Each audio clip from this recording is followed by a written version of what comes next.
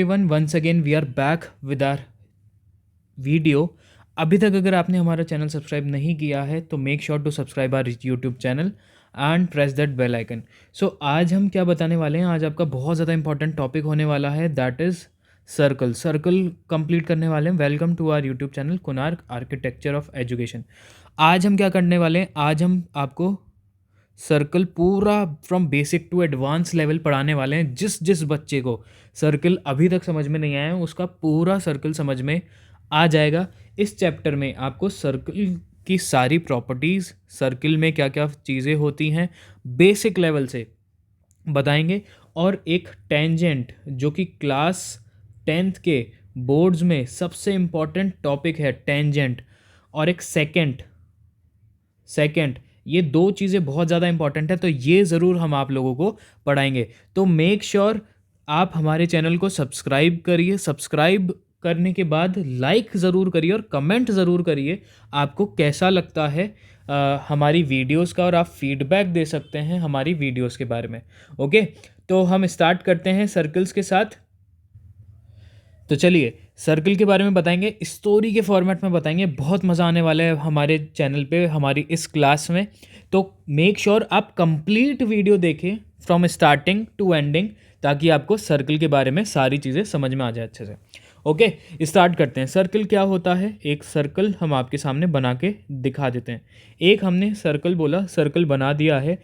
अब इसमें हम बेसिक से स्टार्ट करते हैं। सर्कल में क्या क्या चीज़ें होती हैं हम सबको पता है। सर्कल को वैसे बोला जाता है locus of all the points, मतलब पॉइंट से मिलके आपको क्या बना है, पॉइंट से मिलके एक सर्कल बना है। Locus of all the points is known as circle. ठीक है, इतना समझ में आ जाता है। अब हमको पता है रेडियस क्या होती है। सेंटर पॉइंट से अगर आपके सर्कल का कोई भी पॉइंट टच, मतलब सर्कल की जो बाउंड्री है वो कोई भी बाउंड्री टच कर रही हो, then that is called your radius. ये हम सबको पता है, पढ़ते हुए आ रहे हैं हम। ठीक है, उसके बाद अगर मैं जस्ट रेडियस 2 बना दूं, मतलब रेडियस का क्या हो चुका है, डबल हो चुका है। रेडियस क्या हो चुकी है आपकी, डबल हो चुकी है। तो रेडियस अगर डबल हो चुकी है तो वो क्या हो जाएगी आपकी, डायमीटर। बहुत सिंपल है, पढ़ रखा है ये तो हमने पहले ही पढ़ रखा है। ठीक है, ये हो गई हमारी डायमीटर। अब दूसरी चीज़ें जो इस चैप्टर से रिलेटेड हैं वो क्या होंगी, वो होंगी आपकी जो हम नए टॉपिक पढ़ने वाले हैं, that is chord and tangent. Chord और टेंजेंट, और एक और है हम आपको बताते हैं। सबसे पहले CHORD, कॉर्ड, एंड एक है टेंजेंट, और एक है सेकेंड। अब इन तीनों चीज़ों का बहुत ज़्यादा काम आने वाला है इस चैप्टर में। तो बस ये तीनों चीज़ें याद रखनी है आपको। आर्क पता ही होगा, आर्क क्या होती है, major arc and minor arc, ये सारी चीज़ें आप लोगों ने पढ़ रखी होगी, बेसिक लेवल की चीज़ें। हम आज जो इस टॉपिक में चीज़ें इंपॉर्टेंट है उसके प्रोस्पेक्टिव में पढ़ना स्टार्ट करेंगे। What is chord, tangent and secant, ये सारी चीज़ें क्या होंगी, तो इसके बारे में पढ़ते हैं। देखिए, सबसे पहले मैं कॉर्ड की अगर बात करूं तो कॉर्ड इज अ लाइन जो कि एक पॉइंट से दूसरे पॉइंट पे टच हो रही हैं, that is called what, that is called chord. इतना समझ में आता है सबको। एक पॉइंट से दूसरे पॉइंट पे टच कर रही हैं तो वो क्या हो गई आपकी, कॉर्ड।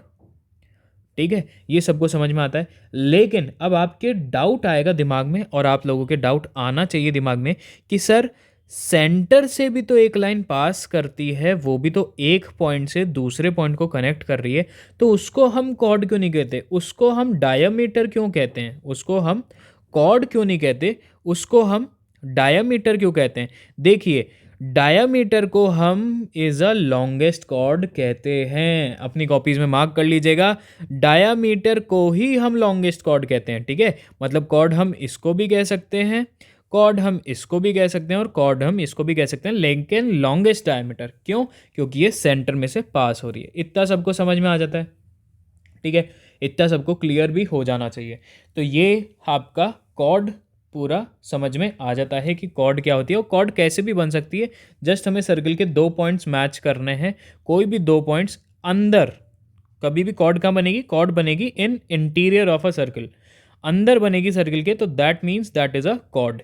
ठीक है, अभी हम एक्सटीरियर के बारे में बात करेंगे, पहले हमको कॉर्ड बिल्कुल अच्छे से समझ में आ जाता है। ठीक है, अब हम बात करेंगे किसके बारे में, अब हम बात करेंगे दूसरे टॉपिक के बारे में, जो कि होता है कॉर्ड, हमको समझ में आ गया। अब हम बात करेंगे टेंजेंट के बारे में।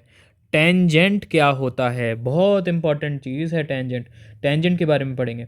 देखिए, सबसे पहले मैंने वापस से एक सर्कल बना दिया है और सर्कल से हमको समझेंगे कि टेंजेंट क्या होता है। तो टेंजेंट क्या होती है, अगर मैंने सर्कल के एक्सटीरियर एक लाइन बना दी, ध्यान से समझ गया, अगर मैंने सर्कल के एक्सटीरियर एक लाइन बना दी जो सर्कल के एक पॉइंट को टच करती हुई जा रही है, तो that is called your tangent. बोलो समझ में आया क्या? समझ में आ गया?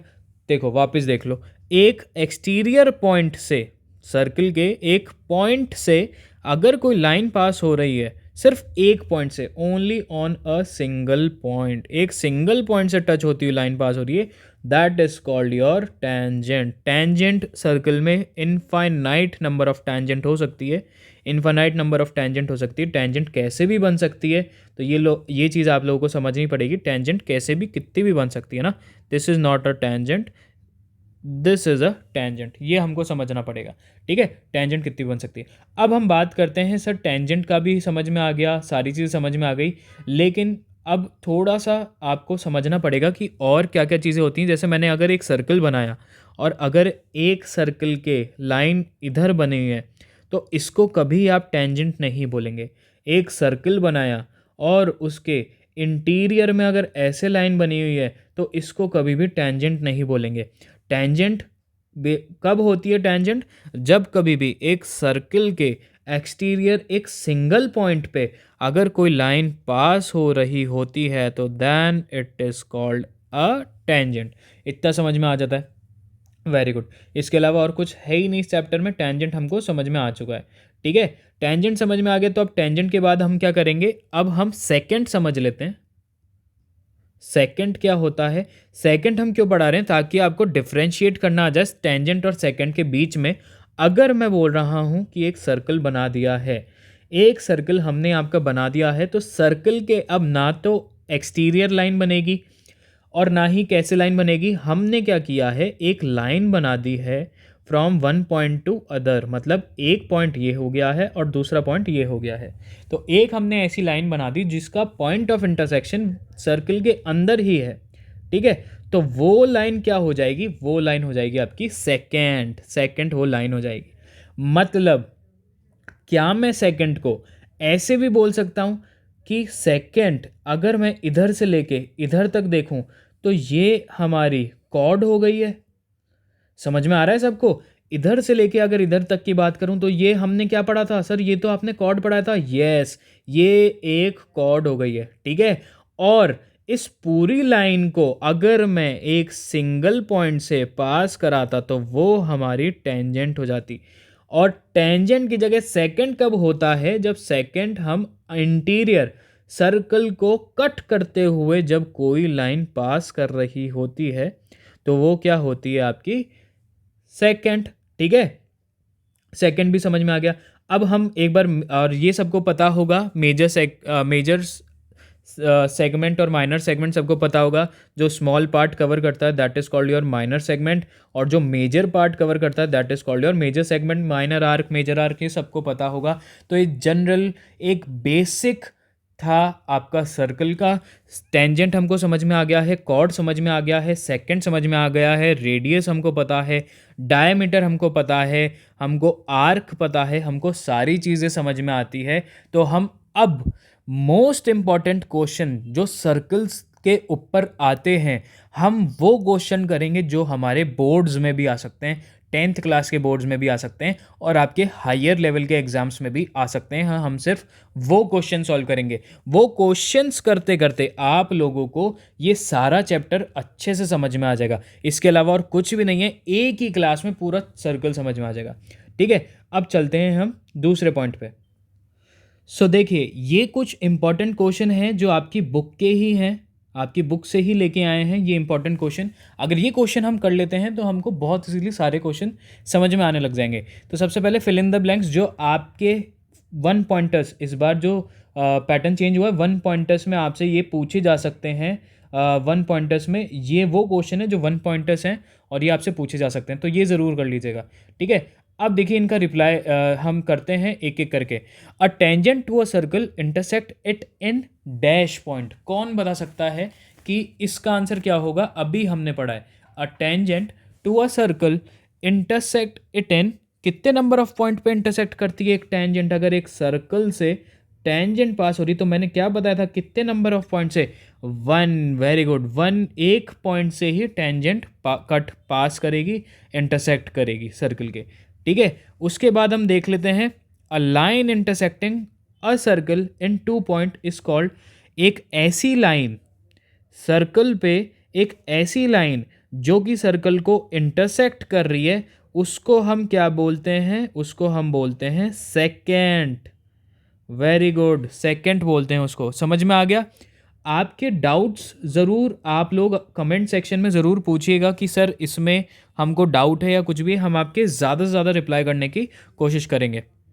अ circle can have dash two dash tangent at the most, मतलब अगर सर्कल के पास दो टेंजेंट हैं, सर्कल के पास अगर टेंजेंट, जैसे मान लीजिए एक सर्कल दे रखा है आपको, तो उसके पास अगर ये टू इसका आंसर होगा और इसमें इधर पैरेलल लिखा हुआ है, ठीक है ना। अ circle can have dash parallel tangents at the most, मतलब कहने का ये है कि सर्कल के पास पैरेलल टेंजेंट्स कितनी होंगी? पैरेलल टेंजेंट्स सिर्फ दो ही हो सकती हैं, दो से ज़्यादा नहीं हो सकती। मतलब पैरेलल टेंजेंट्स हमेशा दो ही होंगी। एक टेंजेंट हो गई ये, एक टेंजेंट हो गई ये, एक हो गई ये और एक हो गई ये, तो मतलब ये वाली टेंजेंट और ये वाली tangent are parallel and this tangent and this tangent are parallel to each other. सिर्फ सर्कल में दो ही ऐसी टेंजेंट होंगी जो एक दूसरे के पैरेलल में बनी होंगी। इतना सबको समझ में आ जाता है? ठीक है, तो आंसर इसका क्या होगा? Answer is two. ठीक है, ये आ गया समझ में। उसके बाद हम देखते हैं आपका question, the common point of a tangent to a circle and the circle is called. मतलब एक कॉमन पॉइंट को हम क्या बोलते हैं?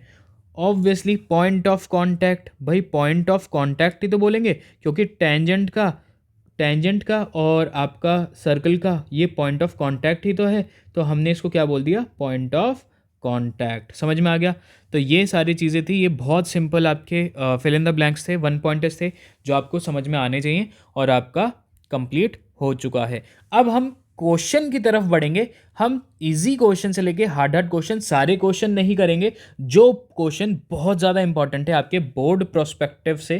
ठीक है, बोर्ड प्रोस्पेक्टिव से सबसे ज़्यादा इंपॉर्टेंट है वो क्वेश्चन, इस चैप्टर को कवर कर लेंगे, वो ही क्वेश्चन हम इस चैप्टर में कवर करवाएंगे। ओके,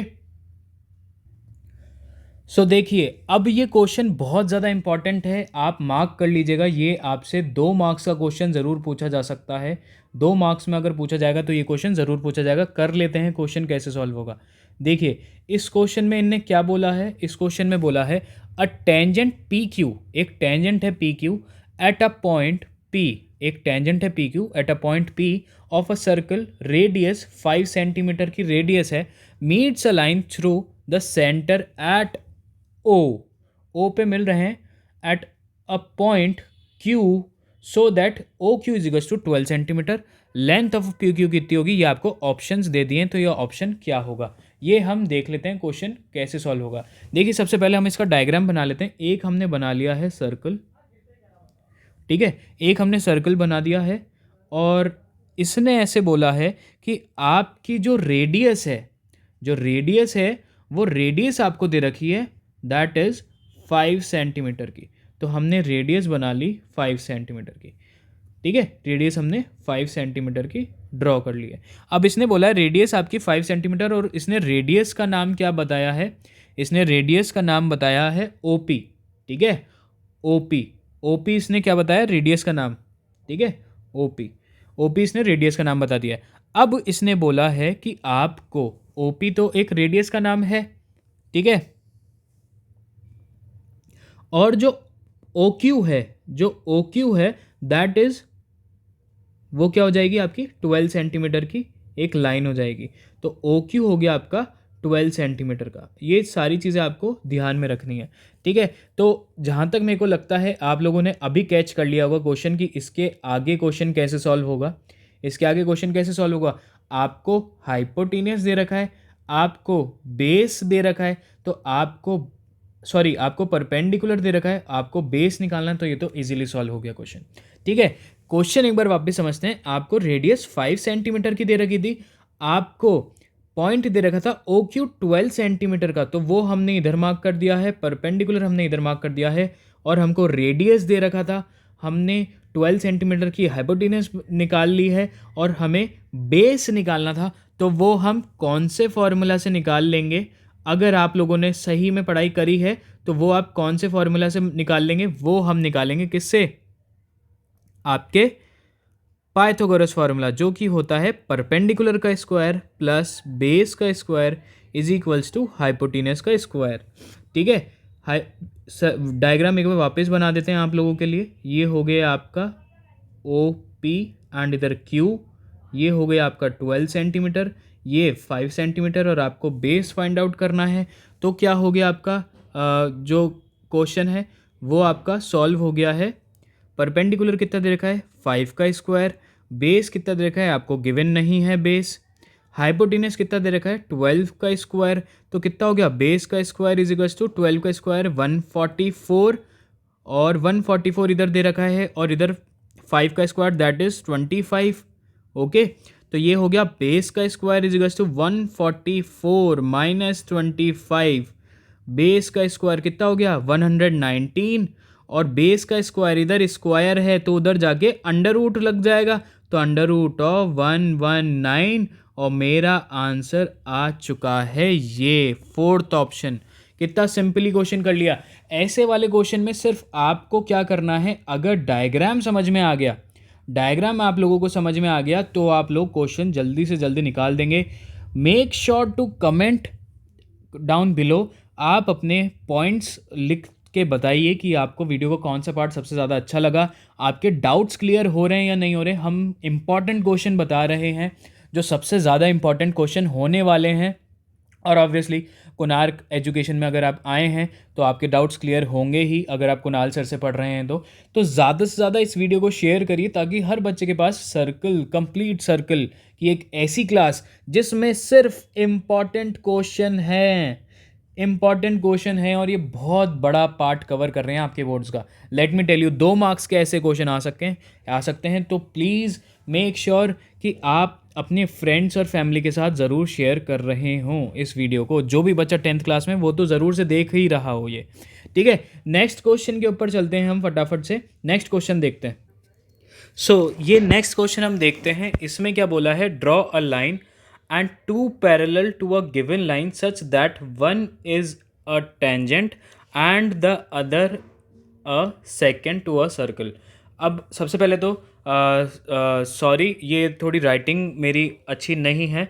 वो बोलते हैं ना, माफ़ करना, मैं गुस्से में इधर उधर निकल जाता हूँ, तो गुस्सा नहीं आ रहा है। अब आप नीचे कमेंट सेक्शन में ये मत लिख दीजिएगा कि तौबा तौबा तौबा, सारा मूड ख़राब कर दिया। प्लीज़, मैं सिर्फ ये आपको समझाने के लिए बता रहा हूँ क्वेश्चन, कि आपको इस क्वेश्चन में क्या करना है। Draw a circle and 2 lines to a given, parallel lines हैं, दोनों पैरेलल लाइन्स हैं। तो कैसे बनेगी? हमने एक सर्कल बना लिया है। ठीक है, सर्कल हमने बना लिया। अब इसने बोला है कि एक तो है टेंजेंट और दूसरी है सेकेंट, लेकिन वो दोनों क्या हैं? पैरेलल हैं। बहुत सिंपल क्वेश्चन, मज़ा आने वाला है।